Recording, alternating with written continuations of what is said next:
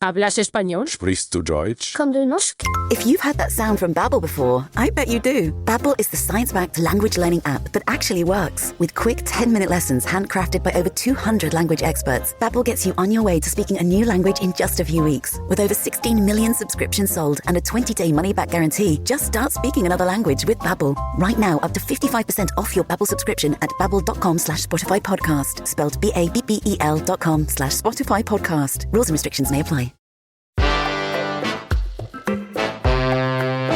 Today on City Cast Madison. It's the Friday News Roundup, and this week I'm joined by City Cast Madison's Hayley Sperling and Rob Thomas.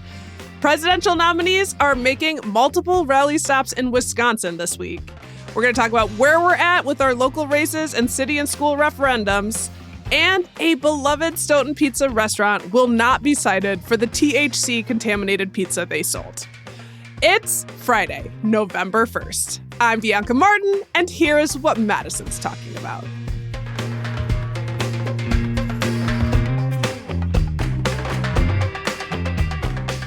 Welcome to the Friday News Roundup. It's the Friday before the big election, and we are all gearing up. Joining me today is the leader of this here podcast, Hayley Sperling. How are you? Hello. I'm ready for the election to be done, but we're not there yet. It's going to be a while. Yes. And we're with our newsletter editor, Rob Thomas. How are you doing? Good. This is like the home stretch. We should get our last second wind here. Yeah, I'm here for that. And it's been really windy this week, speaking of wind. Literally. Yeah. Is it the wind blowing in all of these presidential hopefuls? Man. The winds of change. That's what they are. The winds of change. So, I mean, we all know it. We're feeling it. The races are tight. The presidential race polls that came out this week are showing the candidates for president are essentially tied. So, you know, we often turn to the Marquette University Law School poll. One came out this week, and it has Harris 1 point ahead of Trump, which is well within the margin of error. I also saw another poll, Atlas Intel, that was released on Tuesday that has Trump ahead of Harris in Wisconsin by 0.6. Again, well within the margin of error. So it's close, and it's a moment where Trump and Harris and their surrogates are coming through Wisconsin. I'm sure if you're listening, you've definitely heard about their visits. Maybe you even attended. Both presidential nominees, Vice President Kamala Harris and former President Donald Trump, were in Wisconsin Wednesday. And they're back today for simultaneous rallies in Milwaukee. So let's talk about Wednesday, though. Trump was in Green Bay area to appeal to some of the contested Northeast counties, Brown, Outagamie, and Winnebago. He was at the Resch Center in Ashwaubenon on Wednesday with former Packer quarterback Brett Favre, who is kind of controversial in some ways. But, you know, I understand that there were people out with their Brett Favre jerseys on. I might have one somewhere. But according to reporting from WPR's political desk, in that rally, Trump spent time fighting off criticisms of his recent rally at Madison Square Garden that really was set up to be a power moment for him because of just the sheer size of that arena. But it ended up not turning out that way. The rally's been lambasted for racist rhetoric, including one of the speakers, the comedian Tony Hinchcliffe, saying Puerto Rico was a floating pile of garbage. And that, as you guys, I'm sure, seen, has had huge backlash, including in Milwaukee. Woof. Yeah, that was really bad. And I feel like all the coverage that I've seen in response to that one specifically has been like Bad Bunny coming out and being like, ha, yep, nope. Ricky Martin. Yep. All of the big celebrities coming out and being like, well, guess who's not getting our vote? Right. And Aubrey Plaza, I heard her giving an acceptance for an award speech. And she's like, so my whole family is from Puerto Rico, and I'm glad my abuelita is not alive to hear these disparaging comments. Yeah. So Trump is really pushing back, saying, you know, he doesn't know that comedian. Another thing that Trump spent time talking about is like battling claims that Democrats have made that he's a threat to democracy. Meanwhile, here in rainy Madison, Harris held a rally targeting younger voters. with some famous music acts, Gen Z icons, Gracie Abrams and Remy Wolf. And then they also had Mumford & Sons, which, I don't know, a decade ago, I went to 2 of their shows, which was a big deal for me. And Matt Berninger from The National. So hitting all the dummies, but for sure, she was definitely, just from the content of this rally, focused on younger voters. Also, Governor Evers and Senator Tammy Baldwin spoke at that rally as well. Harris kind of lauded people, the younger voters in the audience, for activism on gun violence, climate change, and abortion access, and talked about, as a president, she would focus on tax cuts for the middle class, fight price gouging, and help with the affordable housing crisis. So they are coming here so much. The Harris rally was full at the Lion Energy Center, so that's a capacity of over 10,000. They had an overfill room with 1,000 people. So, and Trump's rally had a similar capacity up in Green Bay area with about 10,000 people. And I saw an NBC News reporter said it wasn't sold out at the start of the rally, but it pretty much was. It was pretty full over time. So this is Harris's 8th visit to Wisconsin since launching her campaign. Trump has been here many times as well. At the beginning of October, I don't know if you guys remember the headlines, it was like he had 4 visits to Wisconsin in 8 days. And that was the one where he did come to Dane County. So that's kind of what that was all Wednesday. And today, Trump will be at Milwaukee's Pfizer Forum, where the Republican National Convention was this summer, and also where Harris held her campaign during the Democratic National Convention. And Harris is in Milwaukee today as well, having more musical guests. I saw Glorilla and the Isley Brothers. Wow. Okay, that's a good show. That's I'm right. sorry I'm not more excited for Brett Favre, but you can't just like Brett Favre, Isley Brothers. I think my biggest mistake, and I thought about this when I was a child too, is not buying a Brett Favre's Viking jersey for that moment in time that he was a Viking. Again, I'm from Minnesota, so I feel like that would have been a fun thing. This is not a political endorsement at all. I just think it would be a cool piece of history. I think so too. The one I wanted was the T-shirt I saw after he left Green Bay that said, "We'll never forget you, Brent." Yeah. Yes. Like I that should have was got that tough. one. Like we were mad. Yeah. That was like truly a betrayal of people. But yeah, no, I mean, going back to the political candidates, it really seems like Harris specifically is really pushing that youth vote, both in Madison and Milwaukee. I mean, we know Madison, it is hugely student dominated. Milwaukee, there's also multiple universities out there. And like, just judging by the names that she's bringing, like she's just looking to get people out. Having these big celebrity appearances gets them a little bit more excited and, hopeful about being involved in the practice of democracy, I guess. I don't know. It's like, oh, I'm going to the Kamala Harris rally, but it's also the Mumford & Sons, Remy Wolf, Gracie Abrams concert. It's like you gotta do both to get everyone's attention these days. Yeah. I have to say, I'm a little surprised Trump hasn't come to Madison. Right. Same. Given how much he's going to Milwaukee today, but he's not coming to Madison. Given, as you say, the growing number of people who are here, and even though it's obviously a really blue city, like there's a lot of votes here. But also, I mean, what I've read is he's really trying to target young men, low propensity young male voters. And so you think between the university and some of the young sort of tech people here and stuff, you think he would at least make a play for it. So I don't know. It's surprising to me that he hasn't been here once. Right. I could definitely see like a Trump Hovde situation if they wanted to tag team that, but we haven't seen that at all. Right. I know that back a while ago, we talked about the World Dairy Expo and that Trump was trying to get into there to like give a speech. That's right. But they actually said, no, thank you. They said, we're a nonpartisan organization. I just feel like mentioning this week there was a Trump rally in Madison, though, yes. Or at least reportedly RFK Jr. and Congresswoman Tulsi Gabbard were here to campaign on his behalf. But I do feel like my vote isn't being courted in person. Right. He's not here in person, but we have had a Trump sighting more or less in Madison, Yeah. Unfortunately, this sighting it's art, but it was pretty upsetting. Rob, I know you included it in the newsletter. Yeah, it was. So over on the north side last weekend, there was a 43 feet tall foam and rebar statue of the past president, completely naked. And the pictures, it's like looming over the trees like Godzilla, seriously. And so people were like, what is this? Taking pictures. And apparently it's this anonymous artist who created this masterwork, and it has been taking it to swing states around the country. I think I saw City Cast Las Vegas reported on it when it was in Nevada. It's a traveling Trump?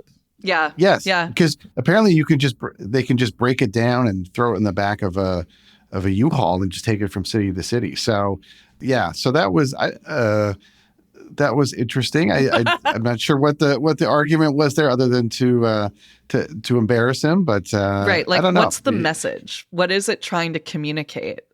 Well, hey, I'm glad that you brought up Nevada too, because hey, we are also in a swing state like Nevada, and we had a conversation with our CEO, David Platts, and by we, I mean me, because we're a team, and the other hosts of cities in CityCast that are in swing states. So a talk with the hosts in Pennsylvania, so Pittsburgh and Philly, and the hosts in Nevada from Las Vegas, and me talking about Wisconsin and being a swing state and like the polls and how ballots have been going and how everything has been handled. It was a really interesting conversation, and that'll be dropping soon, so look out for that interesting chat. And we've got a lot more news to get to outside of our presidential race, but before we dive into any more news, let's take a quick break.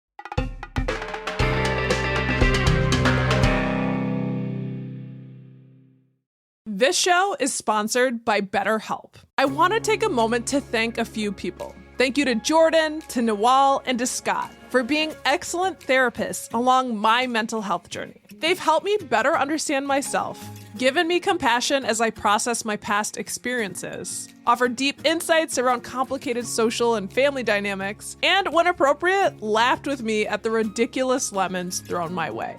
It's always a great time to focus on gratitude, and along with whom I just shouted out, there's another person that we don't think enough, ourselves. It's sometimes hard to remind ourselves that we are doing our best. If you're thinking of starting therapy, give BetterHelp a try.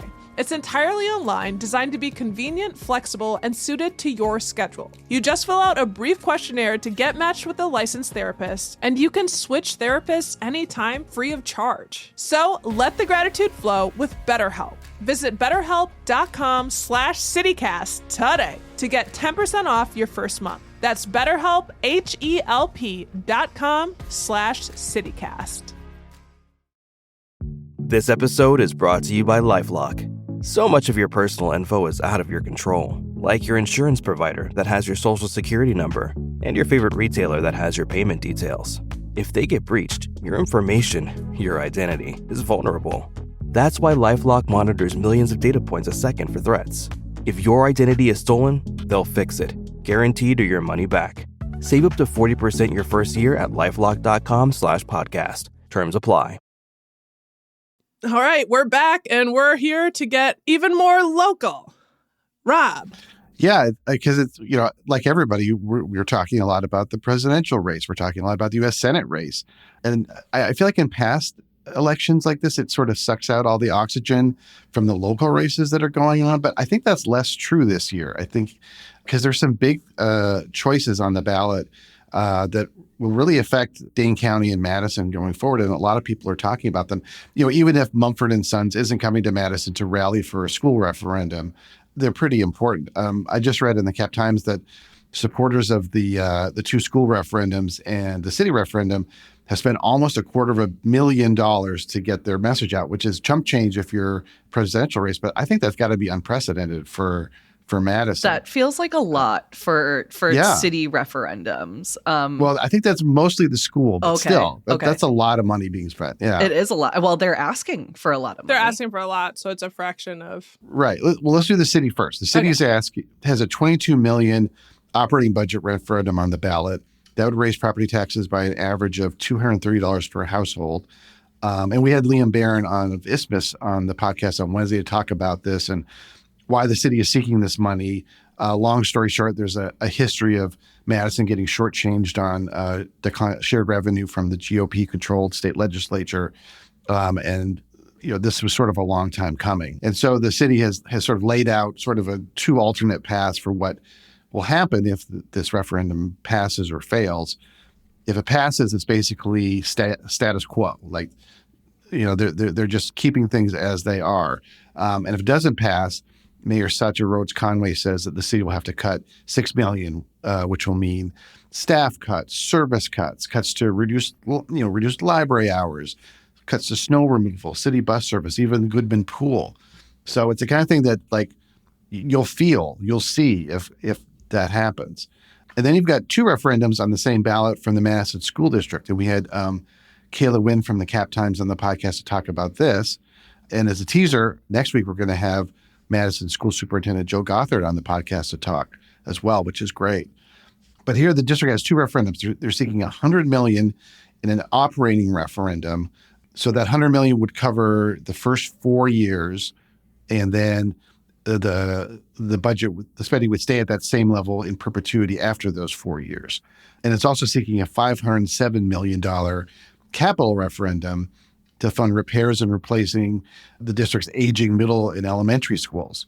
So if you add those together, both pass, that would mean a hike of about $1,373 in taxes on the average Madison household. And again, the district is sort of doing like a choose your own adventure, like here's what will happen if it passes, here's what will happen if it fails. Either way, there's not going to be staff cuts this year if it fails, because the school will draw from its reserves to keep staff going on. But next year, they would definitely, the 2025-26 school year, there would definitely be staffing cuts. And then, if that capital referendum failed, they just don't repair the schools, I guess. Some of which I remember on the podcast, one was almost a century old, I think. Yeah. So. Yeah. And definitely recommend doubling down. Thank you, Rob, for highlighting our conversation with Superintendent Gothard on Monday. It was a really, so it's coming up, y'all. Our next podcast after this, really enlightening conversation. So don't miss that. That's great. Yeah. And speaking of our conversations, we were lucky enough to have both candidates in the race for Dane County Executive on the podcast. I thought those were both really good interviews with State Senator Melissa Agard and Dana Pelabon. So I really urge people to listen to those. Those are great interviews, and you really hear, I think, their different visions and approaches to the role of executive and their visions for the county. And that's a really interesting race, because I just saw that the Cap Times endorsed Melissa Agard, but this Wisconsin State Journal endorsed Dana Pelabon, which is really interesting. I haven't known last time I've seen that where they didn't both go the same way. So that was super interesting to me, honestly. And especially with those editorial boards. At first, when we were talking about this over Slack, and at first I had read that flip-flopped. I thought that the Cap Times had endorsed Dana and the State Journal had endorsed Melissa, but it was the other way around, truly, which is kind of interesting to me. So yeah, depending on how you feel about, newspaper endorsements, it can go either way. I'm not going to die on that hill. But I do think that it is really interesting that we are seeing, different organizations come out on different sides. So yeah, definitely check out those endorsements and see what each people had to say, because that is it's an interesting split. I'm very curious to see how that election pans out. Yeah, it's really interesting. And it sounded like the State Journal chose Dana, it sounds like, because they said it's time for a change, and she's the change candidate. And it made me, in the Cap Times, it was almost like Melissa Agard, it's almost like that's the old guard, kind of picking almost the traditional. Obviously, Agard got the early on endorsement of the former Dane County Executive Joe Parisi. So yeah, I think it's really interesting. That's so interesting, because I think you see that dynamic between old guard Madison liberal and sort of new guard Madison playing out all kinds of ways politically. I do wonder how that's going to affect those referendum questions I mentioned earlier. I really don't have a sense of how those are playing with the community, because obviously there's no polling or anything like that. But it's just hard to judge how people are feeling about it.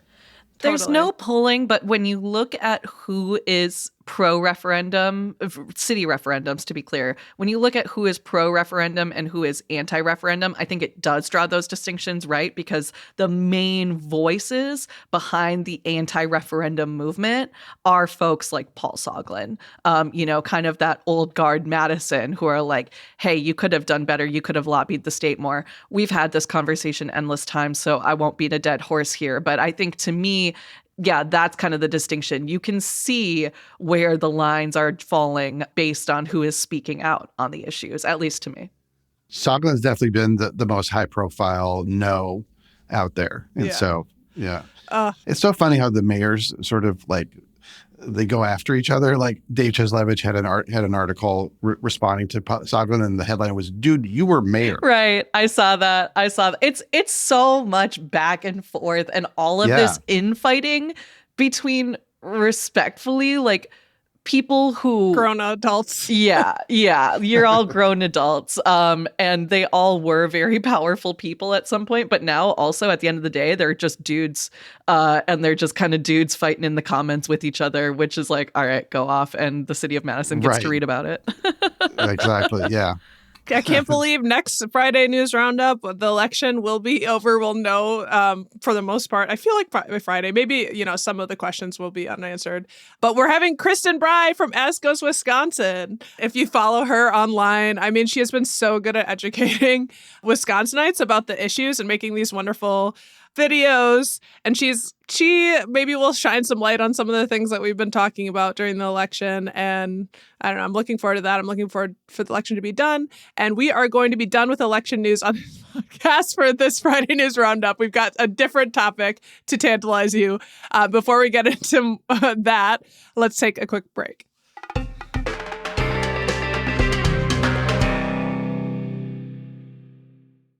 Prep for Thanksgiving at Whole Foods Market. Save now on no antibiotics ever frozen whole turkey, just $1.49 a pound with Prime. Sales on brie and select seafood appetizers help get things started. For sides, go with wallet happy favorites from 365 by Whole Foods Market. And finish with decadent desserts from the bakery. Or get your whole spread catered. Just order early. Get Thanksgiving ready at Whole Foods Market. Terms apply.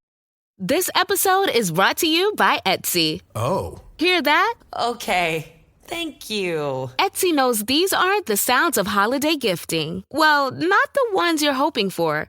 You want squeals of delight. Happy tears. How did you? And spontaneously written songs of joy. I am so happy. Oh yeah, oh yeah, oh yeah. Okay, the song needs a bit of work, but anyway, to get those reactions, make sure everyone on your list feels heard with handmade, handpicked, and designed gifts from small shops on Etsy. Gifts like personalized jewelry, custom artwork, cozy style items, vintage pieces, and home decor to celebrate all of your favorite people and their specific kind of special. For original gifts that say, I get you, Etsy has it. Pizza from a shop in Stoughton, that's near Madison, that was contaminated with THC. It happened. Public health officials in Madison say someone in famous Yeti's Pizza Kitchen used oil from another business, not realizing it contained Delta-9 cannabis. The restaurant's owner says between Tuesday and Thursday, 60 contaminated pizzas were served. So this is the story, guys. This is the story that I knew I wanted to talk about on the roundup since I heard about it literally last week. Usually we try and pick these stories just a day or two before, but this one, you guys know I was out on vacation last week, but of course that won't stop me from checking in on Madison even when I'm out of the country. I was out in Mexico. And I was scrolling through Instagram last week when I saw this post from Public Health, Madison and Dane County. Also, shout out to Public Health, throw them a follow if you want to get some quality healthcare information. They do some good stuff online. Anyways, the post that caught my eye said, quote, pizza contaminated with THC identified at famous Yeti's Pizza in Stoughton, Wisconsin. And at first I was like, is this a joke? This has to be, is it a Halloween joke? Is it April Fool's? April? Right. What year is it? What day is it? But Public Health, they don't joke like that. They are a government organization. They are not joking around. And so I was like, what the heck? I posted the story, I posted that post in my Instagram story and was like, what the heck? And so many people responded and they're like, what the heck? I knew that I needed to know more. And Public health at first, they didn't have like too much information to share. Like they put out a press release that just said multiple people got ill after eating this THC-laden pizza, which sounds kind of like fun and games, you know? But it's not, because it turns out that dozens of people got sick after eating pizza that was served between October 22nd and October 24th. Paramedics alerted the health authority that they had taken multiple people to the hospital with symptoms like dizziness and increased blood pressure, vomiting, anxiety, and more. And so at first, the paramedics were thinking that like maybe this is carbon monoxide poisoning. And so they went to the restaurant to do that testing, but thankfully that was all good. And then one person that got sick said that like this felt like eating a THC edible without having eaten an edible. But little did they know, they had an edible. So this news of this story really spread quickly. It landed in national news outlets like The Hill and The Guardian and even the New York Times. So people were really picking it up because it's wild, right? It's so wild. But again, even though it sounds like a joke, people getting sick, it's really no laughing matter. According to public health, more than 25 people went to the emergency room due to these symptoms. Thankfully, fewer than 5 were hospitalized for at least one night, but even children as young as 1 year old ate the food. So like, that's pretty serious. And according to public health, you know, the THC levels kind of varied depending on which slice you got, you know? So it's kind of a messy situation. God. Yeah, my heart goes out. I recently went to Michigan where THC is more legal than it is here, and I had a gummy that literally scared me for my life. Like it was just way too strong, and I like couldn't move in bed, like terrified. Like having too much THC is and you did it knowingly. Like imagine being a child and you don't know. Yeah, just eating like Sour Patch Kids and there's edibles mixed in there. Yeah, and a child is probably like hundreds, but at least 100 pounds lighter than I am. Yeah, it's bananas. And again, so I also got in the sandwiches as well because they use the same dough for everything. So yeah, I had the same reaction where I first saw the story. It's like, oh, multiple people. It's probably like 4 or 5. Yeah. 60 pizzas were sent out with that.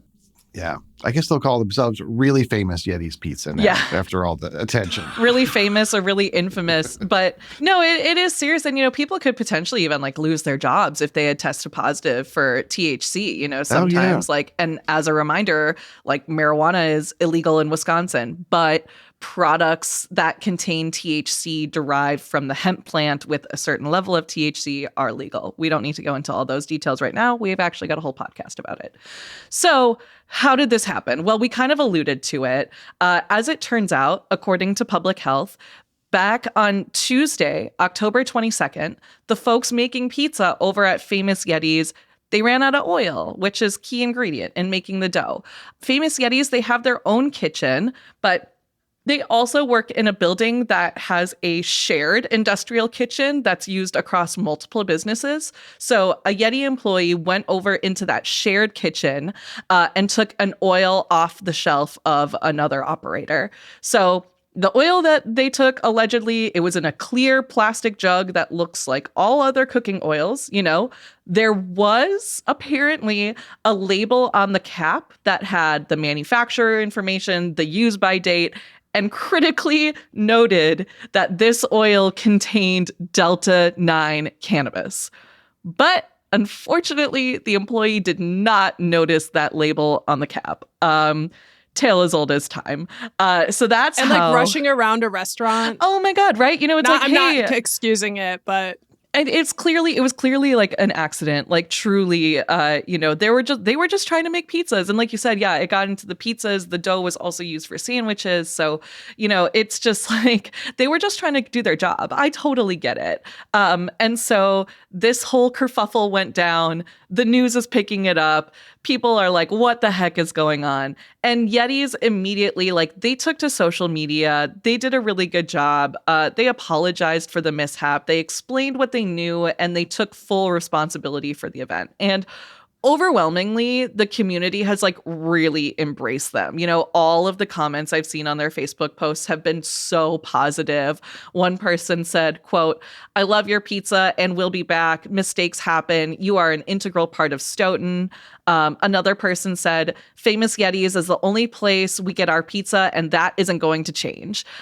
So clearly, again, you know, there's just so much love for this spot in the community. And as we noted at the top, Public Health has decided not to issue a citation to Yetis for this incident because, quote, "the circumstances in this case were quite unique." So truly a wild ride for everyone involved.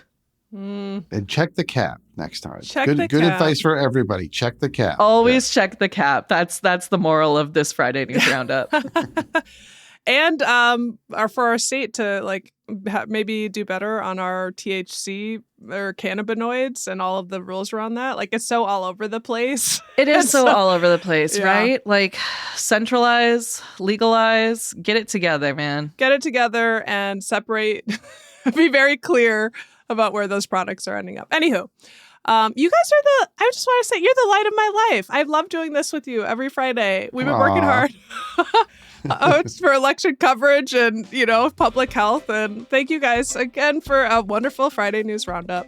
Thanks, Bianca. It was so much fun. It's a high point of the week for sure to get together with you guys.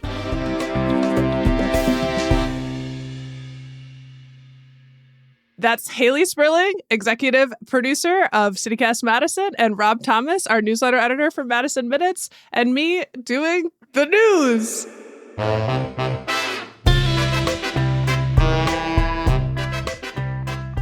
All right, y'all.